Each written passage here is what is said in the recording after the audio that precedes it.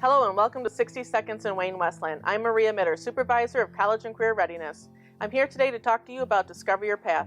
This is our second annual event where we're bringing every 8th grader in the district across all of our middle schools through Hype Athletic Center in Wayne, where they will get to experience a wide variety of career pathways.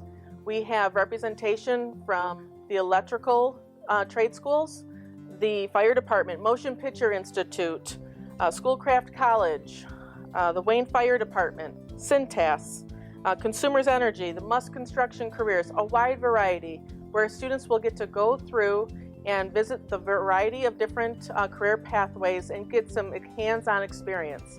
Last year, kids got to dress up as firemen and got to see what the equipment, how much it weighs and what it looks like.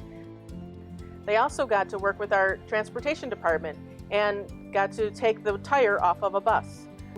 Culinary, they got to work with a culinary program that was there and to chop up vegetables and such.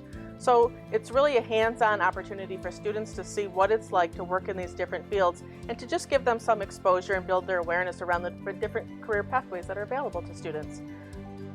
Thank you, and it's always a great day to be in Wayne-Westland.